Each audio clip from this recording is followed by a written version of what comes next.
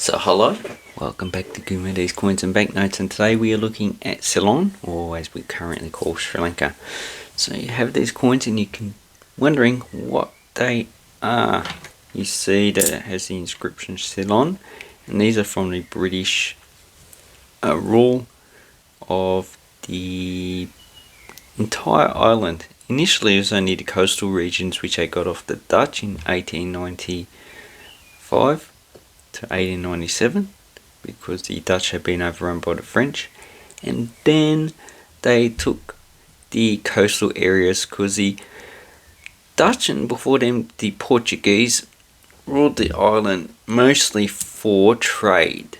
They weren't really in particular concerned about territory. So in the centre we had Kandy, so the Kingdom of Kandy, and that was a pretty, at the end the last ruler was actually quite dictatorial, and it was not very popular, so the country fell to the British after they invaded because there was a lot of revolts, and also they targeted a lot of British residents.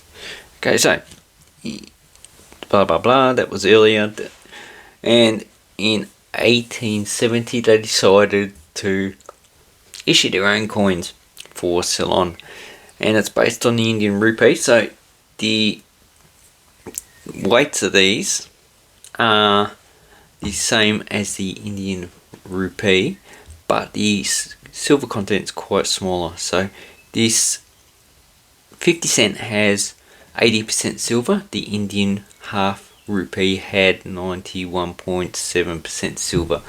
So the actual value of the coin is a lot less, like the 25 cent. This one on the 6th of 12th 2025 have a silver content of $6.59, and the Indian quarter rupee has a silver content of $7.56, so that's about $1 difference.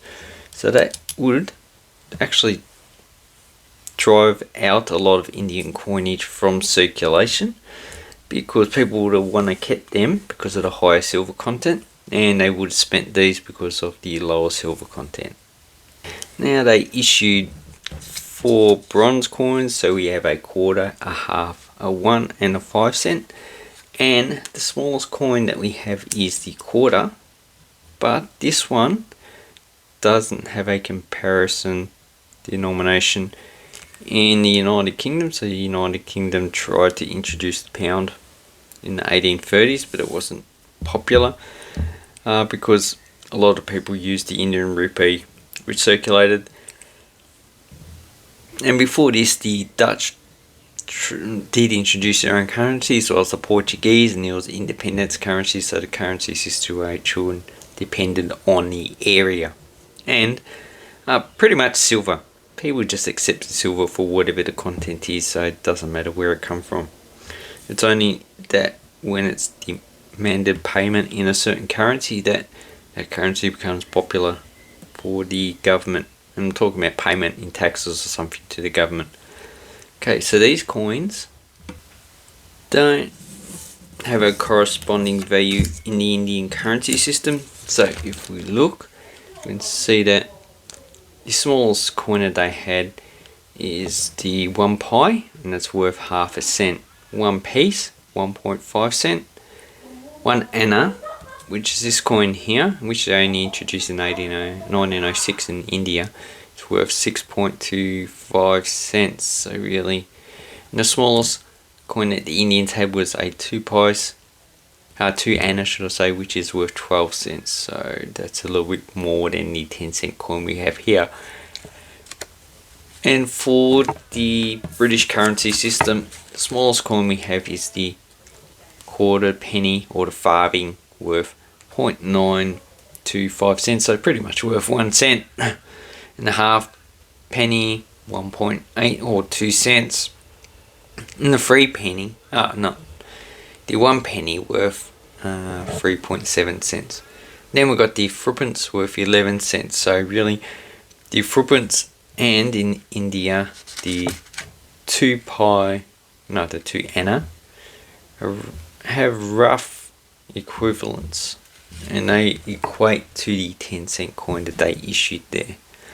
Okay, now a lot of the quarter annas that I've seen are actually uncirculated, so I doubt it very much these circulated widely. In the mintage, well, with a population in 1890 of about, I think, 2.7, 2.8 million, the highest minted that they call of this coin they had is 1901 with 216,000, so really, it's not enough for people. This one, 1890, has a mintage of 200,000. Pretty much you'll be buying one of these ones for like $20, $30. And you can see the portrait of Queen Victoria. So both of these sides are designed by Leonard Charles Wyon, and he done all the other coins of the Ceylon series as well. And it's quite a nice coin. Here we just have a palm tree. So on one side we have Sinhalese, on the other side we have Tamil. So I believe this side is Tamil, that side is Sinhalese, and it would just be the denomination. And because we have quarter on the actual coin in the center. So the next coin's denomination we have is the half cent, and unlike the quarter cent, this one lasted to 1940 in mintage. The quarter cent was last minted in 1904, so there's two monarchs. There's Victoria and Edward the 7th. The half cent, we have Victoria, Edward the 7th, George the 5th, and George the 6th. So there's 4 series that you can get. So the first coin, 1870, in which is this coin. It's actually pretty beaten up, quite well circulated. So that indicates that this lasts a long time in circulation. And the mintage for this one is 3,400,000. So a population of about 2.5 million is enough for circulation. And once again we have the effigy of Queen Elizabeth, Victoria. Not Queen Elizabeth, God, that's her granddaughter, I think. No, great granddaughter. And the dates you're going to find for this coin are 1870, 1890, so it's 20-year grace. 1891, 92, 1895, 1898, and 1901. So that's the last of the Queen Victoria series. And in this grade, you're probably paying about $5. Now these coins are about 2.5 grams, 18 millimeters, but they do vary to nearly 2.9 to 18.7. And this one is the Edward the 7th issue from 1904 to 1909, and you got 04, 05, 6, 8 and 9, so there is no 1907. And here's the effigy, and this is the George Sellers effigy of Edward the 7th. So mintage of these ones are all over 1 million. And this one is the second highest, 1909 with 3 million, and in this condition probably about $5 to $10. So it's quite a high minted coin. And then we have the next series, in which they kept the reverse the same, the old verse, they changed to King George, and this is the one that they used in Australia as well. The only one that was different was the United Kingdom, which didn't have the crown. This is the Edgar McKennell effigy, and even though these are used in 1940, this has a pretty sparse mintage. So it's 1912, 1914, like this one, with 2 million, 1917 with 2 million, next one is 1926 with 5 million, and here we have a 1917 pretty much uncirculated, and that 1914 is actually also pretty good. So I like to put circulation with the beads and the diamonds like we do in Australian pennies, half pennies of the same period. And that one is probably VF, this one's probably EF, or could be almost uncirculated, but I can see there's too much scratching on the coin. And probably about $10 to $20 for that one. And then we have this coin, which is quite beat up. So I'm not too sure if this is an original coin, but yeah, it looks a bit lead to me. Could be just corrosion. But anyway, I'll need some more information on that. Or it could be it's just the patina on the coin, which is developed quite clearly like on Roman coins. So the weird one I have is this coin from 1912, which has a larger planchet than the actual other coins of the series. So you can see it's probably at least 2 to 3 millimeters. But I've seen other planchets 1912 with the same planchet as this one. So this is probably 18.5 millimeters, and you can see that the beading and the lettering is actually quite far apart on this coin, close on this coin, and the dating the fonts seem to be the same. And if we turn it over the other side, we can see the same thing. So we can see the lettering, it's actually quite smaller, and also it looks a bit strange. So we see we've got parts of the lettering missing. Got fishtailing. So fishtailing means down below it splits in half. And as you can see, the lettering is also far from the actual rim. So not too sure what's going on with this.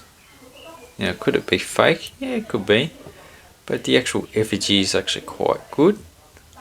And on this side, the design is quite good, so I don't think it's a cast coin.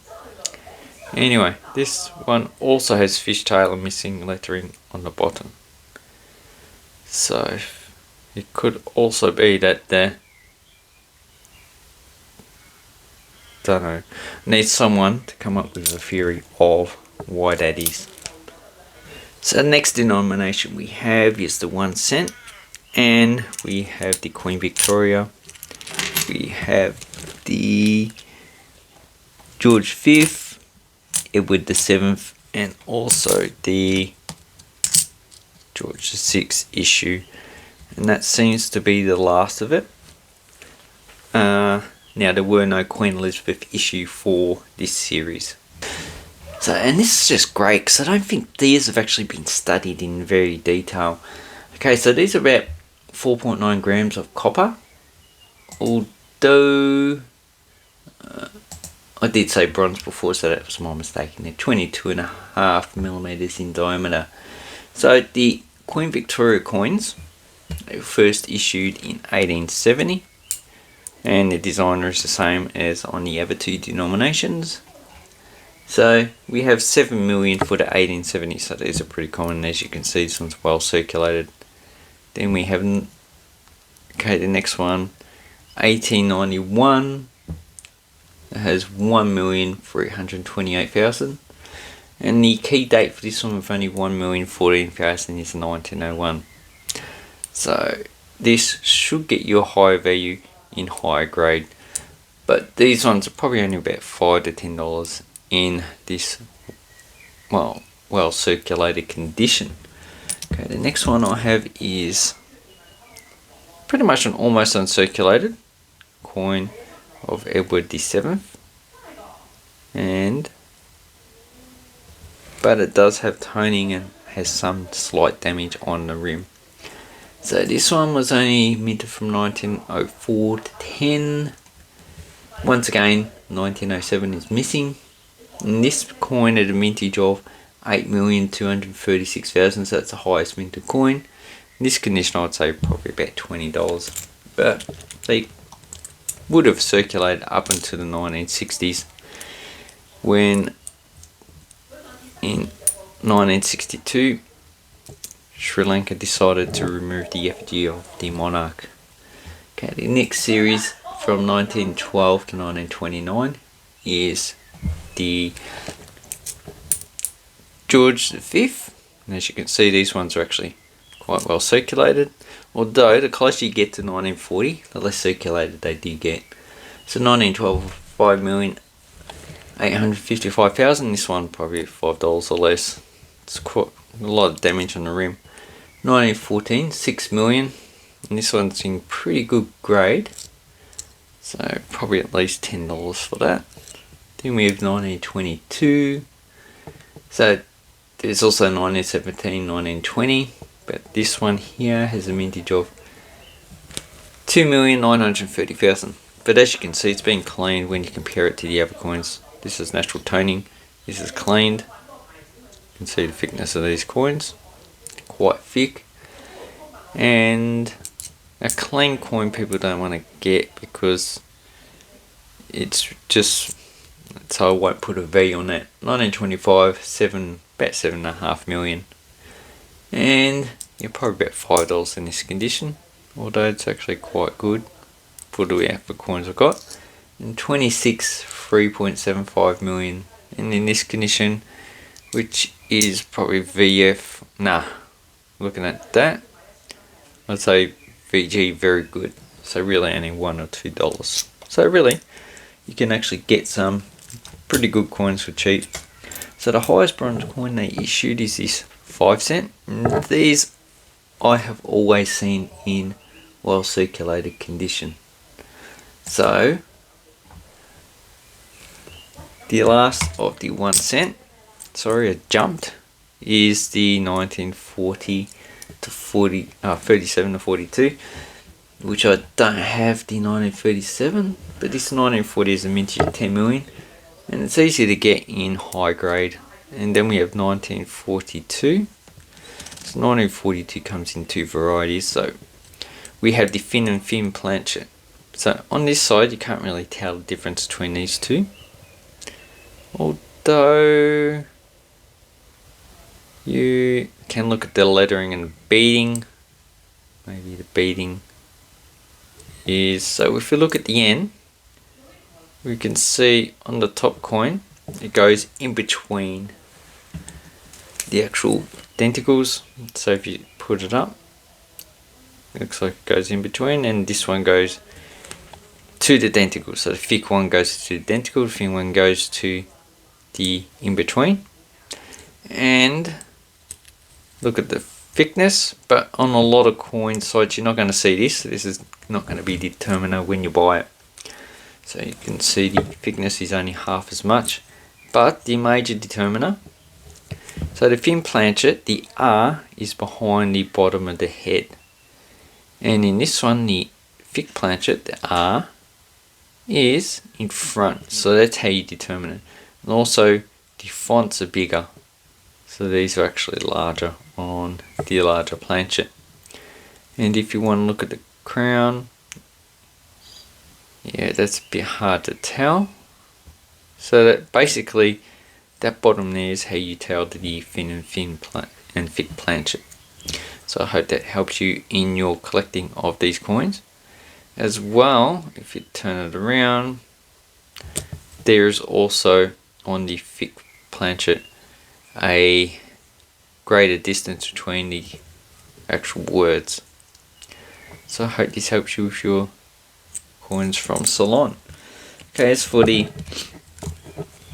big 5 cent, so this one's actually, it would be a popular coin for people to get, and it was only minted from 1870 to 1892, and it's a large 18.6 grams, 34 millimeters of copper, and the initial mintage of 7 million in 1870, which is this coin. And there's 1890 and 1892 with 1 million. So, but the coin you want to get is a proof coin, 1891, and there's no mintage figures for that, but I reckon there's only a few hundred to a few thousand. And as you can see, this one's corroded, so it indicates to me that this has been in the ground for some time before someone found it. So in 1909 they replaced this 5 cent, so this circulated for quite a long time, with a smaller copper nickel 5 cent. So this one you're gonna have the two monarchs. They didn't issue this coin for George VI. That was another metal that they issued during the Second World War, so 1942. So these coins are 20 by 20 millimeters, and this is all the date varieties you're going to get. So we have the first one, which is Edward the 7th. Then we have the second series, which is George the 5th. Okay, King and Emperor. So the King is United Kingdom, and the Emperor is India. So 1909 we have 2 million. 1910 we have 4 million. Population at the time is roughly about 3 million, so really that should be enough. With a majority of population still living in poverty back then, I wouldn't be surprised if they also lived in poverty. Nah, they did. Okay, the George the 5th had 1912. These have the H mint marks, Eaton, 4 million. 1920, 6 million, and the last year they issued the copper nickel square version is 1926 with 3 million. So this is all the coins you're going to get. And these you can probably pick up for about $5 or less in this condition. So as for the silver coins, we have 3 denominations. We have the 10 cent, the 25 cent, and the 50 cent. So the 50 cent corresponds to half a rupee, although the silver content is smaller. And the 25 cent quarter rupee. Now this one corresponds to just roughly threepence or a 2 anna coin, which were both silver at the time period, although later on the 2 anna and the threepence were both made into base metal, which no silver value at all. And up until 1917 these were 80% silver, and then from 1919 they were 55% silver. So the current silver value as of the 6th of December 2025. So we'll take the largest coins, and they are, and these are both 5.83 grams of metal, not silver, of metal. So 80%, so this is roughly 4 grams, and this one's roughly about 3 grams. So, or maybe 2.5 really. And the silver value for the 80% for the 50 cents is $13.17. For the 55%, the silver value is $9.05. So in the past you could actually buy these when the silver value was under $10 for about $10 each, but now this is worth about $13. As I said before, probably paying at least $20. So the actual price of these coins are going up substantially, along with the silver content and the silver value. Well, I think we're in a bull run. I'm not too sure. So as for the silver coins, the earliest date is 1892, and we have a exotic shrub. It looks like a type of palm, probably a coconut palm. And we have Ceylon, and the denomination in the actual Sinhalese and Tamil. And on the other side we have the reigning monarch. And as you can see, these are metal rotated, and they always were like that. Unlike some other coins like Hong Kong, depending on the denomination, had metal or coin rotated. Okay, so metal rotated again. And the mintage for 1892, which is the first year of issue, is 2.5 million. And then we have this is 1900. So if we just zoom in, so 1900 has 1 million.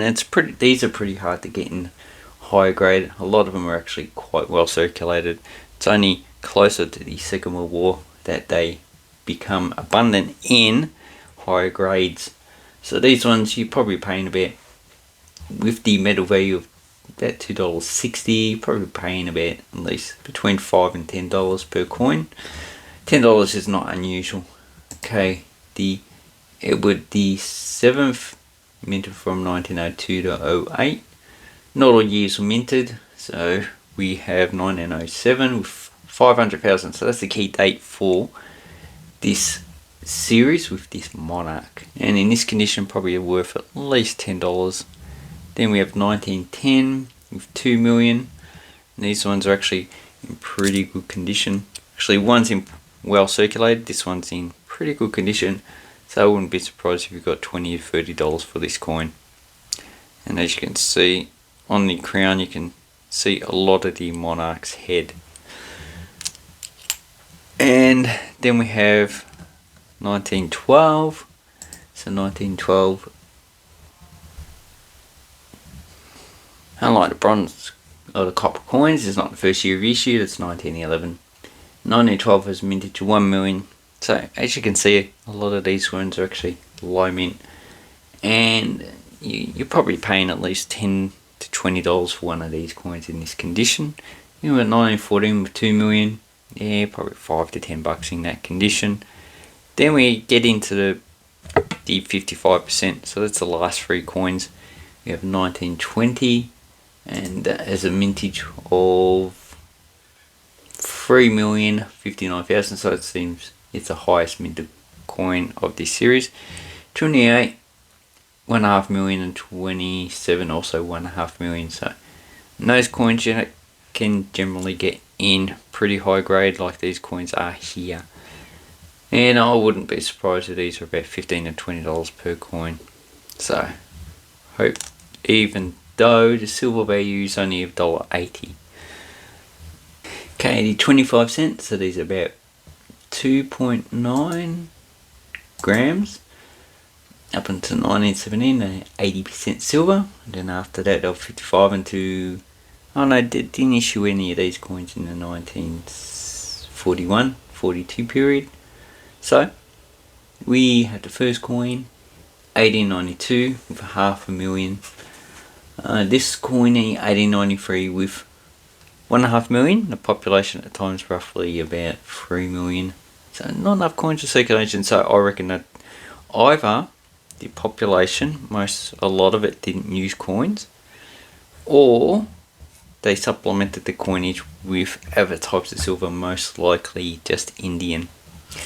Okay, 1895 with 1.2 million, 1899 with 600,000, so it's also a low mint coin. And these ones you probably wouldn't even pick up for less than $20.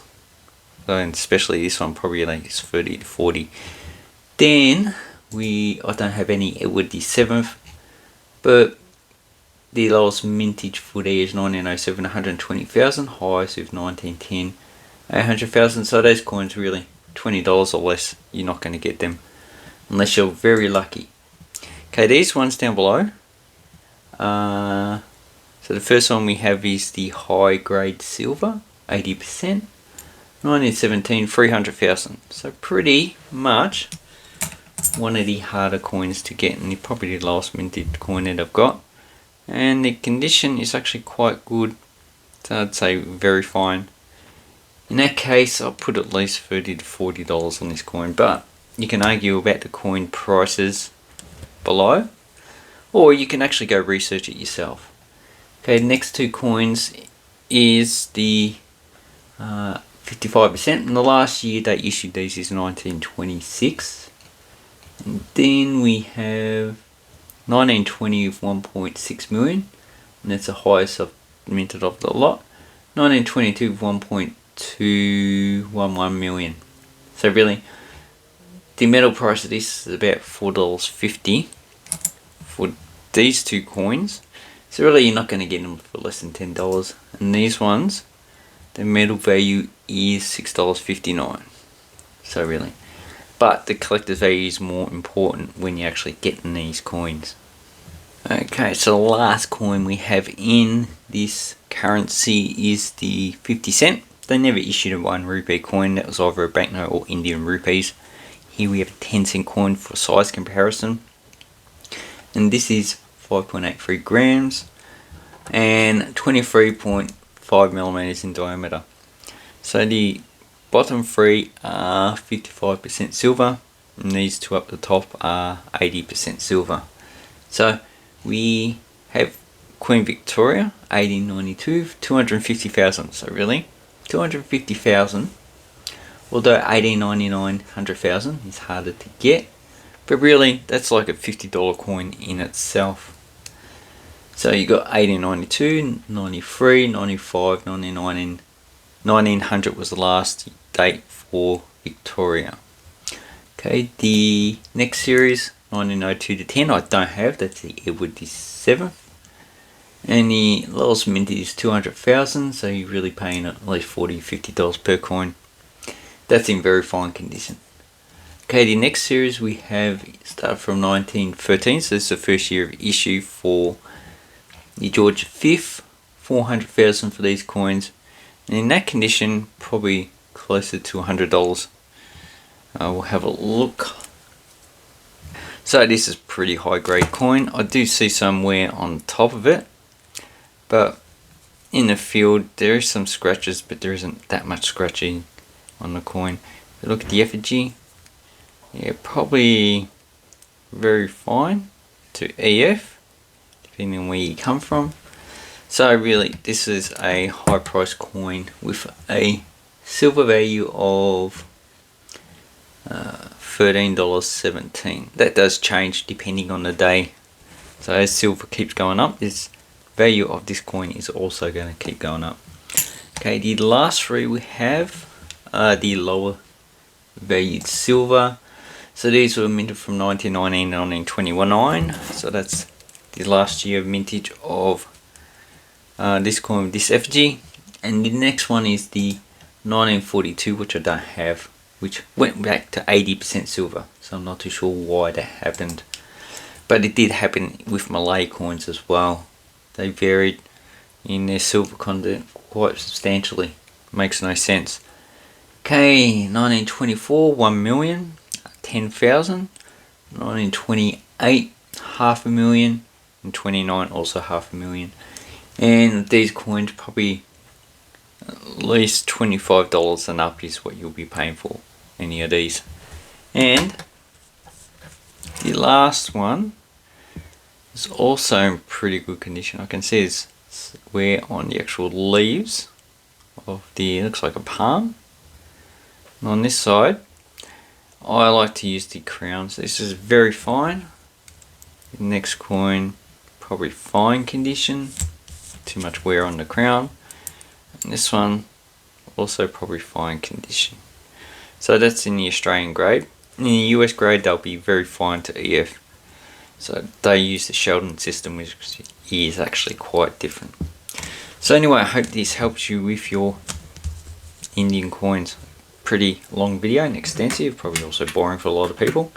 But the next video is going to be a lot shorter, and it's when they removed silver from their coinage. So really, Sri Lanka hasn't used silver in the coinage from 1944. So I don't know why people in the West are complaining.